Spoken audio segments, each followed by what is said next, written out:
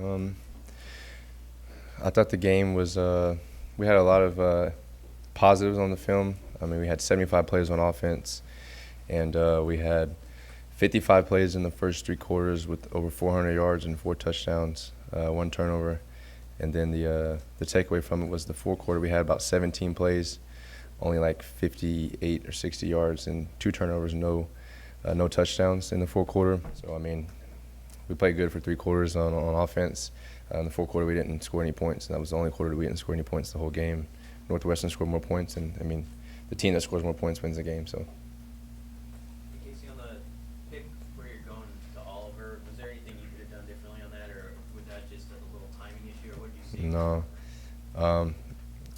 They went one high man on that play. It was 3rd and 9, I believe. We had just crossed the 50, so we're moving the ball well. And no, I mean, he ran a good route. Like I said, it was one high man. I threw it right over the Mike linebacker. He tried to jump up and tip it. Ball went right over the linebacker's head. I threw it with timing and anticipation.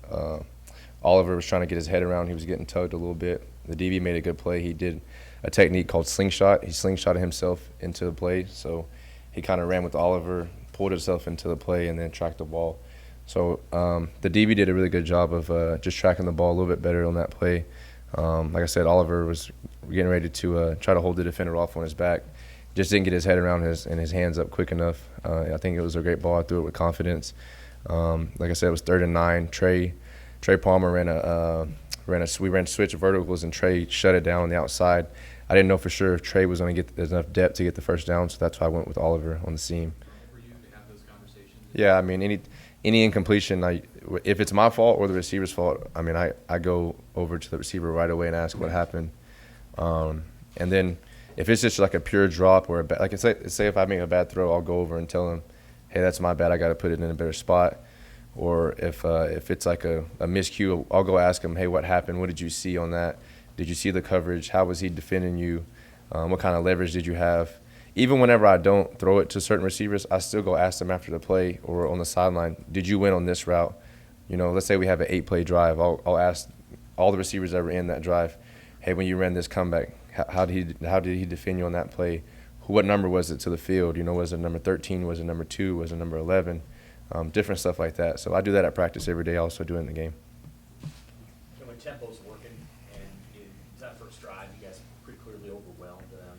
What's the line between making sure that you're using tempo the right way, and then those times when maybe you get off the field too quickly and it burns the defense? I mean, I think we did a good job of using the tempo to our advantage on Saturday.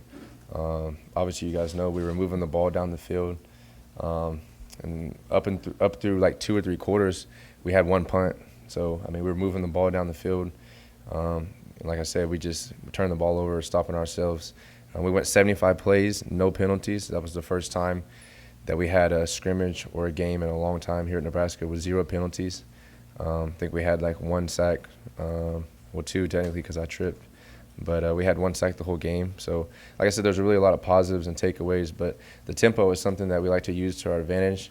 We know how to slow down too, and control the clock when we need to. But like I said, we just have to establish a little bit better run game to be able to control the clock. Yeah.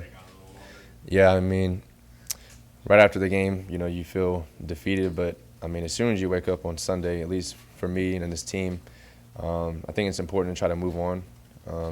On Sunday, the main takeaway was to correct the issues, acknowledge the mistakes, but also, see what we did well and then improve on the positives.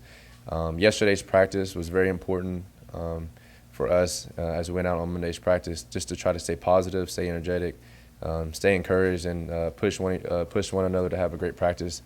And we did a good job of that yesterday. We have good leadership on this team. We had a really good practice yesterday, had a great practice today as well. So.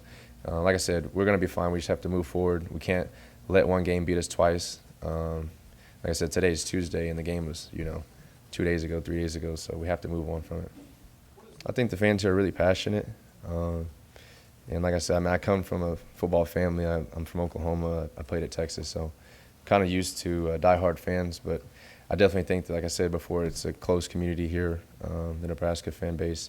And I just think there's a lot of Husker fans around the town, in the airport. I'll never forget when I came When I first came here in January, I was flying in from LaGuardia Airport, and there were Nebraska fans on the flight. And then at the Omaha Airport, they recognized me, and that was before I had even announced it. I was trying to stay low key, you know, but there's Nebraska fans everywhere, so I really enjoy it, and I'm very thankful and appreciative for the diehard fans. And I just ask everyone to, like I said, to stick with us. And inside the building, we're trying to stay positive, so that's the main thing.